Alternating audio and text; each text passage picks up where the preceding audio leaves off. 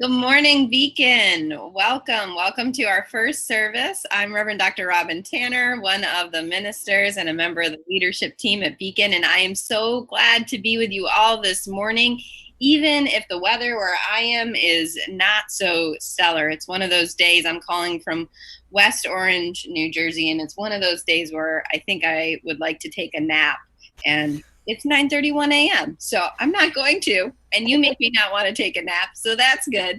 And some of my friends that are here make me want to stay awake and pay attention. So do y'all want to introduce yourselves? Sure, I'm glad you're here, Robin.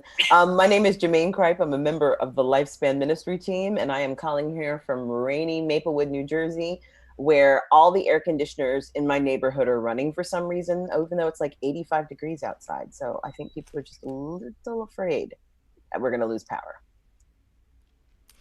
And my name is Misa Iwama, and I'm the Director of Music Ministry. I'm in New York City right now, and it's a little overcast, but somehow that's a kind of a nice thing in the city. It kind of here I can hear the sound of the rain uh, downstairs, and it's kind of a soothing sound.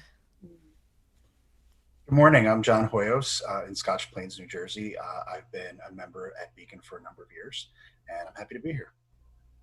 Well, thanks so much, everyone, for being here together. It is good to have you, and it's true, as we say at Beacon, our individual lights help magnify the light, that together we can be the beacon. This day, I've been thinking about a couple of things that are coming up in the life of our community and getting excited. Wondering, Misa, if you can share a little bit about this new program, Barn, and when the next time people can connect to it. It's more fun, I swear, than saying you should go to the barn with us. So can you tell us a little bit more? But you should go to the barn with us. The next one is going to be on Tuesday, August 25th. So that's a week from Tuesday. It's Beacon Arts Room at noon. So the time of the event is noon. And this is a chance where we can look at different creative arts and see how they relate to music and to learn about congregants and how arts is important to their lives and kind of skills that they might have developed and really nurtured over the years. And it's a chance to learn something and also to, in a way, take a little bit of a break from our daily routines and indulge in some creativity. So the next one is with Marilyn Faltz, and she's going to be talking about writing our stories, because she has written a number of books, and she has some stories. It's going to be very entertaining. I love how you left us on that cliffhanger.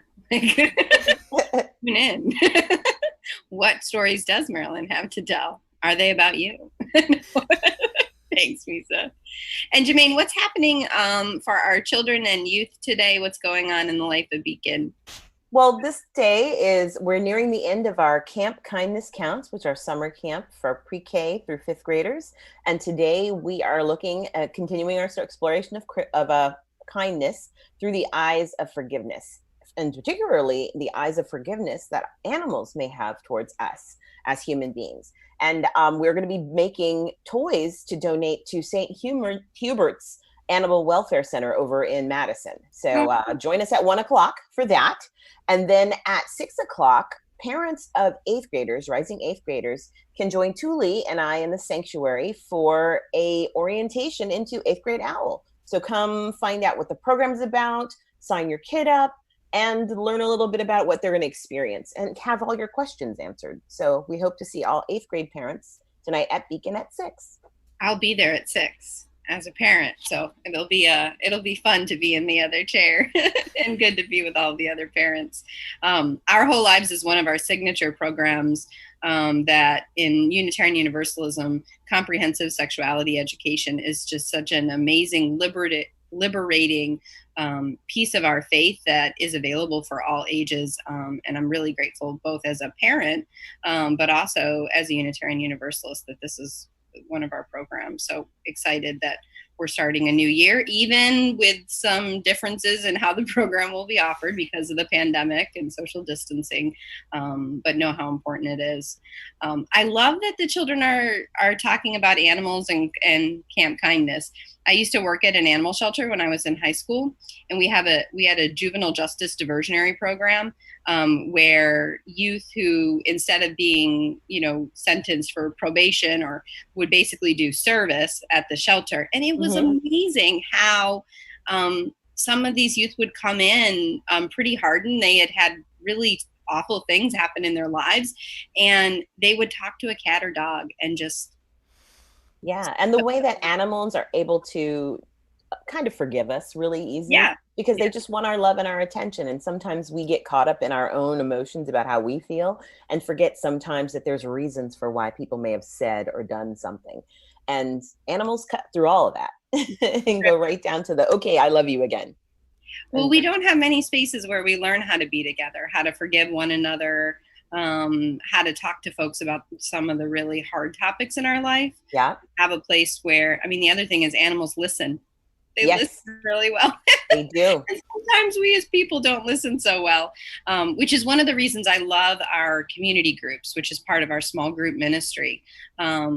Really intentional, covenanted space. We're going to be talking about covenant today and what it means in Unitarian Universalism, and talking about our community groups, which launch very soon. And John, I know you've been in a community group for a while. What's the experience like? It's really interesting. I've been a part of community groups at Beacon for almost 3 years now, in a couple different groups. And now, just in the past year, I've had a chance to facilitate a group. And it's really been rewarding. It's been great to connect with people that really understand the commitment of being a part of a community group, but also the connection you gain from having that trust of being able to just talk so openly.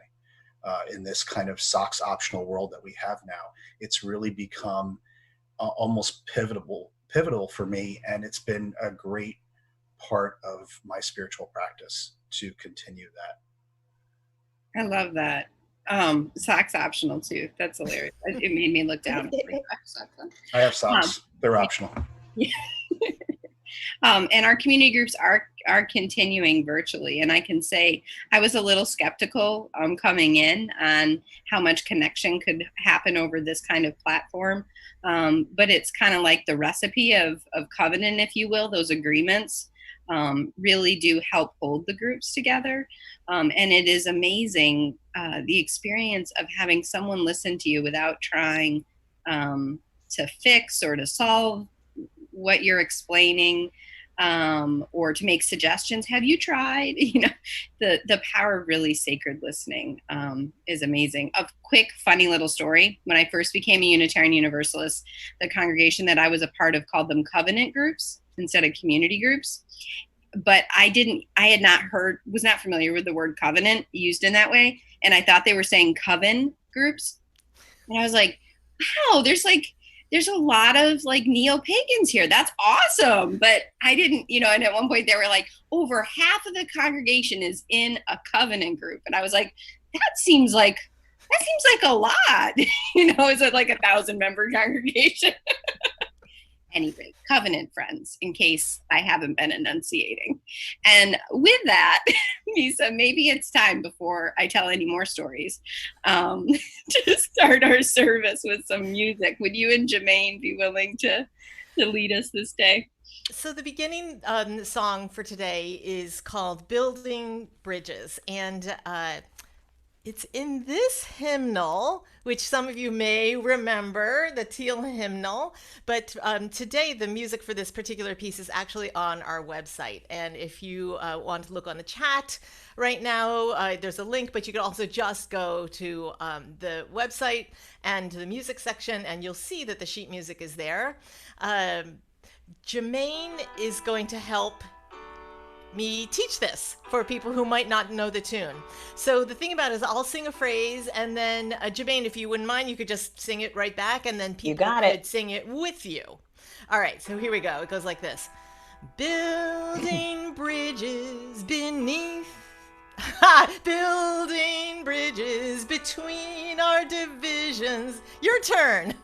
Building bridges between our divisions. I reach out to you, will you reach out to me? I reach out to you, will you reach out to me? With all of our voices and all of our visions. With all of our voices and all of our visions. Friends, we could make such sweet harmony. Friends, we could make such sweet harmony. I love that you are in a different place than me and that we can actually communicate musically that way. It is awesome. It's pretty awesome. So the thing that I think that's really interesting also about this particular song lyric is that it starts by saying building bridges between our divisions. And so for me, actually, the most interesting word in this is divisions. Because did you know that in an organ like we have in our sanctuary, the different parts of the pipes are called divisions? It's just a way of organizing things. In sports, we have divisions because otherwise everyone would be playing everyone and it would be too complicated. So again, we're like using it to kind of sort things into smaller groups. You have division in math where it kind of tidily and neatly organizes numbers. And plants, we have divisions of plants. We have one big plant and you kind of take it apart and you make a lot of little plants, and then you could plant them all over the place so that you have more of that one plant. So this song, this word makes me feel like even though we may be separated right now, like what does it mean if our reach can become even bigger because of that, because of our divisions in a way? So I would say, let's start by building some bridges through music. Because we have to think, what if singing is the way that we can stay connected? So feel free to join in. Building bridges between our divisions. I reach out to you, will you reach out to me? With all of our voices and all of our visions, friends, we could make such sweet harmony. Building bridges between our divisions. I reach out to you, will you reach out to me? With all of our voices and all of our visions, friends, we could make such sweet harmony. Building bridges between our divisions. I reach out to you, will you reach out to me? With all of our voices and all of our visions, friends, we could make such sweet harmony. Friends, we could make such sweet harmony.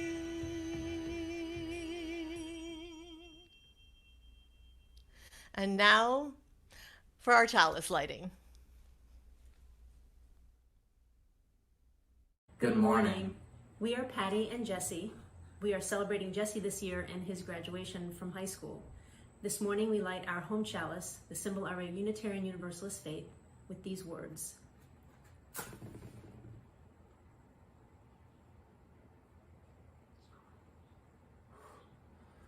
We light this chalice for the light of truth and reality, the warmth of love and compassion, and the fire of commitment and promise. We light this symbol of our faith as we gather together.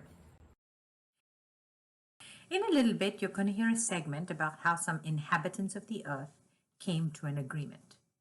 An agreement is sometimes called a promise, or a covenant, or even a contract. All these things mean similar things, that two or more people or animals or others came to decide, came to agree on something. And not necessarily people or animals. Sometimes we have to make an agreement within ourselves, with ourselves. And it's not always the easiest thing to do. Think of a time when you had to come to an agreement with somebody. Maybe you wanted to play Legos with a friend, but they wanted to play something else. Or you wanted to play pretend ship with your brother or sister, and they wanted to read a book. How did it work out? Did you have to give up something? Did they have to give up something? How did it work out? And sometimes, even after an agreement is reached or a promise is made, disagreements arise and the promise might be broken. How did that feel for you? Yes, there's anger and there's hurt and disappointment. We all make mistakes. We're all human. We all might break our promises. As Unitarian Universalists, it's really important to try again and again to set aside our hurt and our anger and to start again afresh with love in our hearts so that we have a chance to make our agreements stronger and to be more committed to our promises. So every time a disagreement arises or an agreement is broken or a promise is broken, it's an opportunity to work on a new agreement, on a new promise, something that we can be more committed to. So in the segment, listen for what the inhabitants had to do in order to come to a deeper agreement. The Agreement by Barry Lopez. One time, before there were any people walking around this valley, there were bear people. There were also salmon people. The bear people had an agreement with the salmon people. Fall, and the bear would acknowledge this and take what they needed. This is the way it was with everything. Everyone lived by certain agreements and courtesies. But the salmon people and the bear people had no agreement with the river. It had been overlooked. No one thought it was even necessary. Well, it was. One fall, the river pulled itself back into the shore trees and wouldn't let the salmon enter from the ocean. Whenever they would try, the river would pull back and leave the salmon stranded on the beach. There was a long argument, a lot of talk. Finally, the river let the salmon enter. But when the salmon got up into this country where the bears lived, the river began to run in two directions at once, north on one side, south on the other, roaring, heaving white water and rolling big boulders up on the banks. Then the river was suddenly still. The salmon were afraid to move. The bears were standing behind the trees looking out. The river said in the middle of all this silence that there had to be an agreement. No one could just do something, whatever they wanted. You just don't take someone for granted. So for several days they spoke about it. The salmon said who they were and where they came from, and the bears spoke about what they did, what powers they had been given, and the river spoke about its agreement with the rain and the wind and the crayfish. Everybody said what they needed and what they would give away. Then a very odd thing happened. The river said it loved the salmon. No one had ever said anything like this before. No one had taken this chance. It was an honesty that pleased everyone. It made for a very deep agreement among them. Well, they were able to reach an understanding about their obligations to each other, and so everyone went their way. This remains unchanged. Time has nothing to do with this. This is not a story. When you feel the river shuddering against your legs, you are feeling the presence of all these agreements.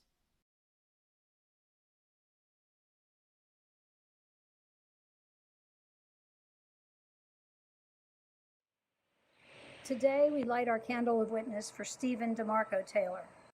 He was raised along with his two brothers by his friends and hung out with so many people. He loved to dance and was in a singing group. He always kept you laughing. Stephen was the father of 3 children. It is reported that at the time of his death, he was in a mental health crisis. He was only 33 years old. As we kindle this light, we call forth the memories of Stephen's love for music and movement, and his circle of family and friends who remember his kind, joyful soul. Thank you, Jean. We light candles to pay honor. You might want to light a candle now to honor the life of someone you loved, or to support someone now who is in pain. Kindling a light is a way that we see that there is still hope, and that way that we can see that there is a love that endures and sustains. What wondrous love is this that brings my heart such bliss and takes away the pain of my soul?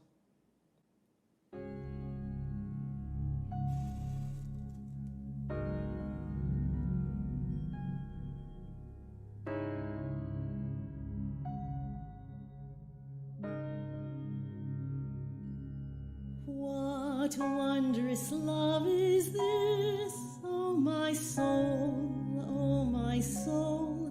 What wondrous love is this, oh my soul? What wondrous love is this that brings my heart such bliss and takes away the pain of my soul, and takes away the pain of my soul.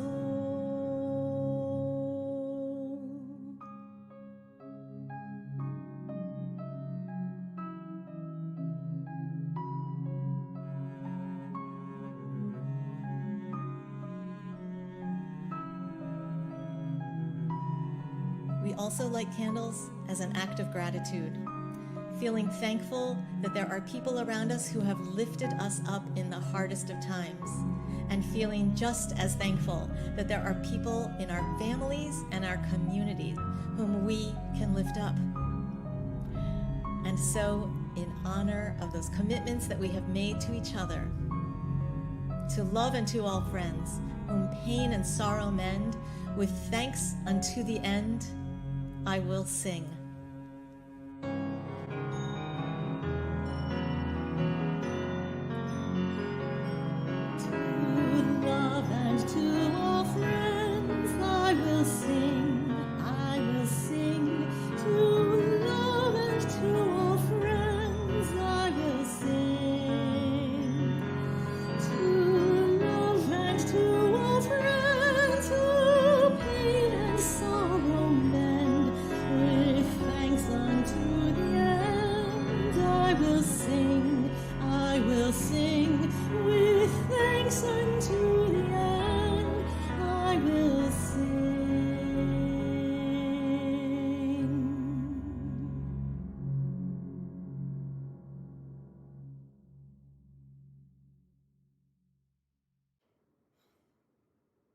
A few Sundays ago, we talked about our spiritual ancestors, those whose lives created the way for our first breath and for our very being. Today we call forth our spiritual ancestors in our prayer, alongside the knowledge that we too are spiritual ancestors for those who will come after us. Some of you know that I wake up every morning and begin journaling, writing specifically to a person 7 generations in the future. I set my intentions for the day with that person in mind, hoping without hope that their lives are prosperous because of my intentions today. So won't you join me in a moment of prayer, holding on to the line where we are now, looking back at our spiritual ancestors and looking forward to those who will come after us. Let us pray. Spirit of life and abundant love, these days are something else. I never thought that days like ours would exist. We didn't imagine them. We live through cycles of hopelessness and then beauty, fear and then abundance. We live through moments of dark depression alongside cracks of light. These days are hard. And we know that the ones who came before us, they had hard days too, perhaps even harder. And we also know that those who come after us, they too will have hard days. And so, Spirit of Life, fill us with promise and give us the courage to live out of those promises.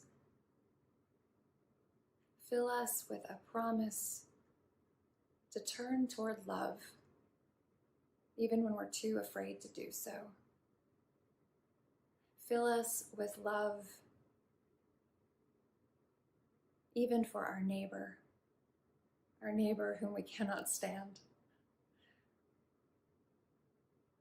Let us look upon them with new eyes. For we do not want those who come after us to witness, to experience, to live in the divisions of this time. We want them to know a different kind of time, a unity, a way of being together. Where yes, they will know conflict, but they will know how to move out of conflict and into repair. Teach us how to repair and to hand that legacy onto those who will come after us. Spirit of Life, fill us with promise, the promise of love, and give us the courage to live out of that promise. Yes, for ourselves and our own salvation, but for all of those to come, let us live from these intentions. And let it be so. Amen. Ashe. And blessed be. My name is Stacy Dollier-Lees, and I'm in the Scotch Woodfield Community Group. When we started 2 years ago, I had no idea what to expect. We are a diverse bunch, and I love that about us. We gather in each other's homes with the kids nearby and sometimes underfoot. We share meals and snacks and stories about our lives and discuss topics big and small. One of the things I love most about the group is that we have genuine respect for each other and really listen to each other. On a day-to-day basis, I find I don't often have time and space to be heard, really heard. Being in the community group is a spiritual practice for me, and thanks to a fellow member, I discovered it's also a form of self-care, and as such, an opportunity to focus on my own spiritual path in the company of friends. The community group has become one of my favorite parts of Beacon. In a moment, directions will appear on how to give to Beacon. Your gift helps support programs like community groups. Thank you so much for your generosity.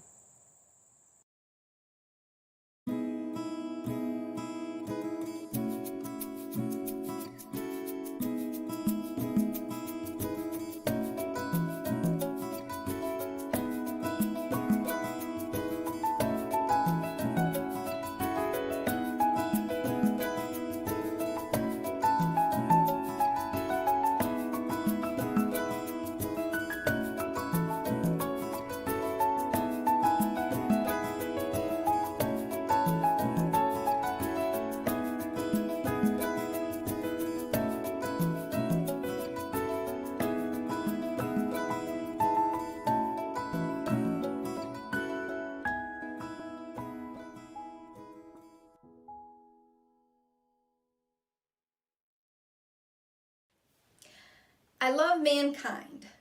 It's people I can't stand. These words have rung true for me for a long time. They're attributed to Charlie Brown, really Charles Schulz. I love community. It's just people I can't take. people. Not you and me, but people. And so we explore covenant as a spiritual practice. It is said that Unitarian Universalism is a covenantal faith, and that this concept of covenant is taken in part from stories told in the Torah, first where God covenants with Abraham, and then later with Moses, specifically naming the Israelites as a chosen people who are guaranteed a promised land, and who go and live in that promised land after being freed from slavery. The text makes one small mention that there are some people already living in that promised land. It is this covenant that Christians will later refer to as the Old Covenant, with the new covenant for them being found with Jesus. This covenant begins to become perverted, if you will, as imperialism rises, and it contributes to what becomes known as manifest destiny. That idea of constant expansion and right to claim land, and when it is so done, to be favored by God for doing it. In the words of Roxanne Dunbar Ortiz, it is the origin myth of the United States.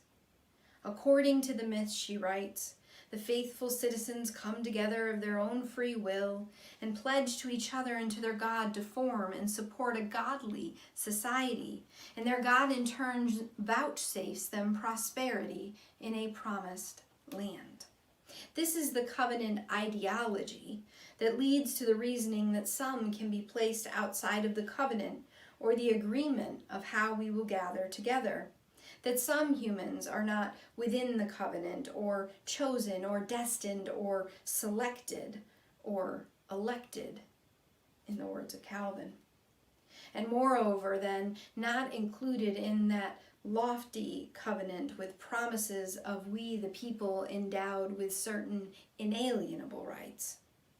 To call Unitarian Universalism a covenantal faith, then, is wrought with a history of broken promises, of exploitation and devastation, and yet nonetheless historically true and filled with the theological possibility of liberation and belonging. Some of our religious lineage traces to the Puritans, who arrived here in these lands where the First Nations people were living to purify themselves from the corruption of the church. These Puritans thought they were on a holy mission, and core to being a member of their church was the confession of your purification. Flash forward, it becomes a major problem when their children are raised in the purified church and can't make a confession of purification, but that's a story for another day. As those pilgrims first claimed in 1620, they journeyed, quote, to plant the first colony and covenant and combine ourselves together in a civil body politic. The word covenant became twisted for a gain. There is, in truth, beloved, nothing particularly spiritual or revolutionary about a group of people agreeing to be together at the exclusion of other people that they deem less than human, in a land that they deem favored by a God who wants them to conquer. This kind of tribalism has, in fact, been to the detriment of our evolution for well over 900 years. As Thomas Friedman, yes, a strange person for me to be quoting, but nonetheless, as Thomas Friedman illustrated this past week in the New York Times, we are fast approaching the ideological political differences in this country that have destroyed countries and nations around the world and fueled constant political assignation and ultimately civil war.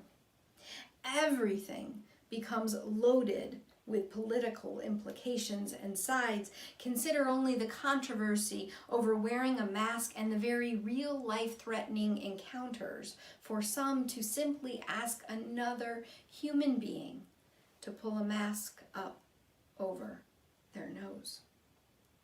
So what value of what hope is covenant today then? Should we as Unitarian Universalists and as inheritors, for better or worse, of this religious history of congregational polity and covenantal theology, abandon the pursuit of free associations guided by promises to one another? There is, alongside the story of Adam and Abraham and Moses, another covenant that appears throughout the Hebrew Scriptures, almost as a resistance to the transactional covenant of reward for action. One of the best examples of this relational covenant is Ruth and Naomi. Ruth is the daughter-in-law of Naomi, and her life is torn apart when her husband dies. All the men of their family have died, and in the political and historical and cultural context of the day, these two widows who have no relationship except for the marriages that have brought them into family together, these two widows are left destitute and with no power.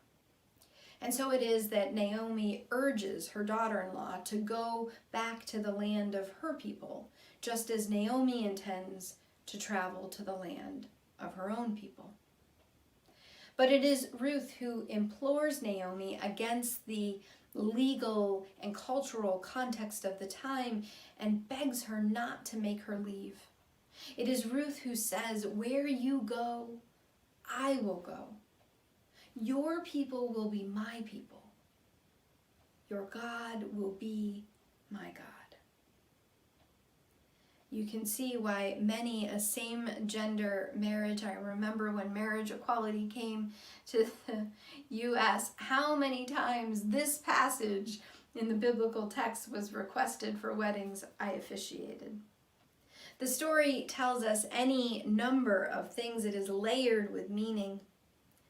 But certainly one thing it refutes is that covenant ideology, covenant as a perversion, is only transactional, is not only an incorrect drawing of the biblical tales, but it is certainly not the dominant meaning of covenant theologically.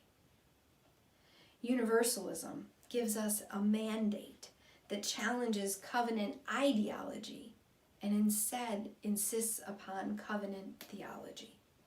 As the Unitarian Universalist Association Commission on Institutional Change notes, the original Universalist heresies were the ideas that Universalists should work to establish the kingdom of God in this life, and that a loving God would not condemn a portion of humanity to eternal damnation. That mandate, in the context of an increasingly divided world, calls us to address the issues of equity, inclusion, and diversity.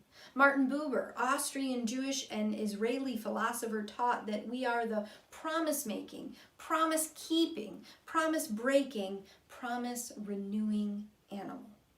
Buber called into consciousness a covenant that was a living movement of relationship and accountability across ages, and like our Universalist ancestors, understood the nature of our beings to be imperfect and finite, and yet exalted not when we conquer, but when we belong to a community beyond ourselves, and when we understand that cosmic belonging as moving within a love that denies no one and ultimately holds all. The covenant was never a contract enacted so that some could claim land for the appeasement and pleasure of a colonizing God. Because in truth, everything of earth was unownable, right? And there was no purification ever needed because the profane was only a false separation. The pilgrims could no more flee to a continent to escape their failings than you or I today can flee a place free of the monetization and categorization of humanity. There's a greater covenant that calls us not to flee, but to free, and knows the liberation born of the birth pangs of belonging, of companionship. This past week, a relatively new but dear friend did something that panged my heart. This past week, a beloved child of a congregation I no longer serve died suddenly. This past week, a mentor from almost a lifetime ago, now it seems, passed away. And each moment was a moment of covenant. To whom do I belong? What promises have I made? I was reminded of this poem by Billy Collins entitled Directions this past week in a sermon by Reverend Mark Ward. I'd like to share an excerpt with you now, beloved. Directions. You know the brick path in the back of the house, the one you see from the kitchen window, the one that bends around the far end of the garden where all the yellow primroses are? It's hard to speak of these things. How the voices of light enter the body and begin to recite their stories, how the earth holds us painfully against its breath made of humus and brambles. Still, let me know before you set out. Come, knock on my door, and I will walk with you as far as the garden with one hand on your shoulder. I will even watch after you and not turn back to the house until you disappear. Disappear into the crowd of maple and ash heading up toward the hill, piercing the ground with your stick. Perhaps, beloved, you've been hurt or abandoned. Perhaps you have held a wholly certain promises as another one smashed them to bits. Perhaps the shame of your own failings makes the companionship of the greater, truer covenant terrifying and uncertain. Perhaps you fumble like me at times to trust, to discover, to know even within what it is to decolonize the soul. I implore us all, called by the complexities of history and bound by the ideologies of someone else's captor, to remember we are nonetheless the only chance we have. This is not a historical study or a philosophical exploration of the abstract. Rather, it's our choice today between the ideology or the perversion of covenant, the origin myth that poisons the well of being human together to this day in this country, or to choose the theology of covenant, the belonging that stretches beyond a generation or a particular people, with no claim on each other as property, with no seeking of reward or monetization, but rather only the liberation of promising to something larger than yourself and another human being, to covenant with who is in community, who was and who will be, with a cosmic belonging to live, to establish a kingdom, not a colony, to breathe life, not barter it, to renew and be called into covenant, not to flee, or to purify, or to poison. To covenant, to love, to call back across space and time, to co-create, to covenant, to cherish, to companion with your very soul. To covenant. Humanity, the people, the person, you, me, us,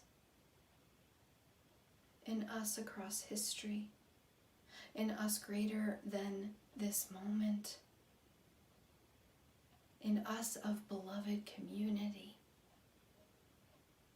in us beyond ourselves, in ever more beautiful us, beloved to covenant.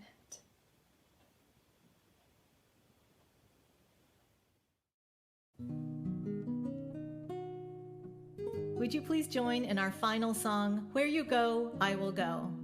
And even though our voices are being raised today from many different places, I hope you can sense that we are singing this together in one community. Where you go, I will go, beloved. Where you go, I will go. Where you go, I will go, beloved.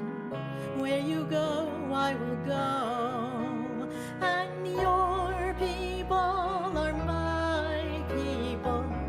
Your people are mine. Your people are my people. You're divine, my divine. Where you go, I will go, beloved. Where you go, I will go.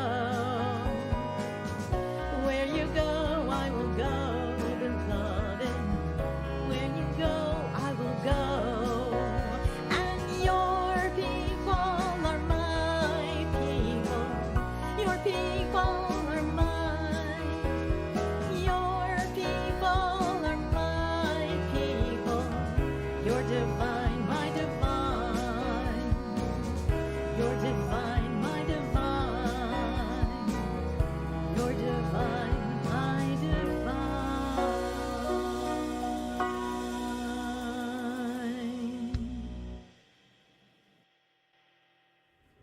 I don't know about you, but I am feeling so grateful. Grateful to Dr. Thule for giving me that story of bear and salmon, river and wind and crawfish. I am grateful to Reverend Robin for reminding me of that story of Ruth and Naomi. I love that story. To Misa for teaching me the song of Where You Go, I Will Go, Beloved. I'm going to be singing that all week long. Are you going to be singing it? For sure. I'm grateful to Patty and Jesse, to Jean and Stacy, who show up to tell us how they are living out of their promises and their values each and every week. They inspire me. What about you? Man, let's go out there and live out of this sense of gratitude and joy, this sense of promise that we have that inspires us to live out of those great values and to transform this world together.